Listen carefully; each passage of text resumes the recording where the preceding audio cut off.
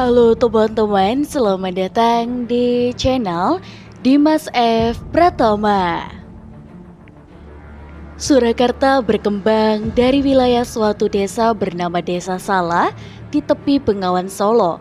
Sarjana Belanda yang meneliti naskah Pujangga Manik menduga bahwa Desa Salah ini berada di dekat, kalau bukan memang di sana, salah satu tempat penyeberangan penambangan di Bengawan Solo yang disebut-sebut dalam Pelat Tembaga Piagam Trowulan 1. Pendirian dan perkembangan. Kejadian yang memicu pendirian kota ini adalah berkorbannya pemberontakan Sunan Kuning pada masa pemerintahan Sunan Pakubuwono II, Raja Kartasura tahun 1742. Pemberontakan dapat ditumpas dengan bantuan VLC dan Keraton Kartasura dapat direbut kembali.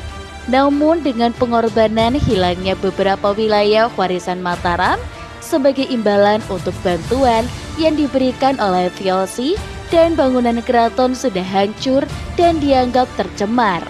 Sunan Pakubuwana II lalu memerintahkan Tumenggung Honggowongso bernama kecil Joko Sangrip atau Kentol Surawijaya, kelak diberi gelar Tumenggung Arung Binang I, dan Tumenggung Mangkuyodo serta komandan pasukan Belanda Van Hoevendorp untuk mencari lokasi ibu kota keraton yang baru.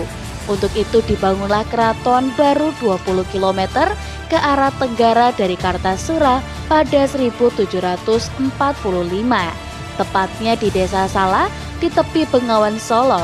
Nama Surakarta diberikan sebagai nama wisuda bagi pusat pemerintahan baru ini. Pembangunan keraton ini menurut catatan menggunakan bahan kayu jati dari kawasan Alas Ketu, hutan di dekat Wonogiri kota, dan kayunya dihanyutkan melalui Bengawan Solo. Secara resmi keraton ini mulai ditempati tanggal 17 Februari 1745. Berlakunya perjanjian Giyanti 13 Februari 1755 menyebabkan Surakarta menjadi pusat pemerintahan Kasunan Surakarta dengan rajanya Sunan Pakubuwono III. Yogyakarta menjadi pusat pemerintahan Kasultanan Yogyakarta dengan rajanya Mangkubumi Hamengkubuwono. Keraton dan kota Yogyakarta mulai dibangun pada 1755 dengan pola tata kota yang sama dengan Surakarta yang lebih dulu dibangun. Perjanjian Salatiga 1757 memperluas wilayah kota ini dengan diberikannya wilayah sebelah utara keraton kepada pihak Pangeran Sambernyawa. Sejak saat itu, Salah merupakan kota dengan dua sistem administrasi yang berlaku hingga 1945 pada masa Perang Kemerdekaan Republik Indonesia. Dan Surakarta pada masa kolonial Belanda merupakan daerah Volkstenlanden atau Swapraja, yaitu daerah yang berhak memerintah sendiri atau tidak diatur oleh undang-undang seperti daerah lain, tetapi diatur dengan kontrak politik antara gubernur jenderal dan Sri Sunan.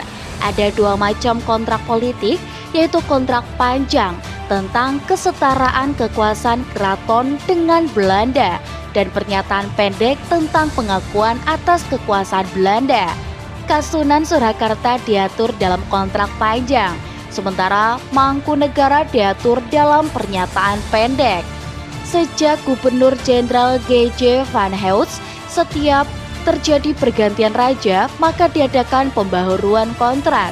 Kontrak terakhir untuk Kasunan diatur dalam S 1999/614, sedangkan untuk Mangkunegaraan diatur dalam S 1940/543.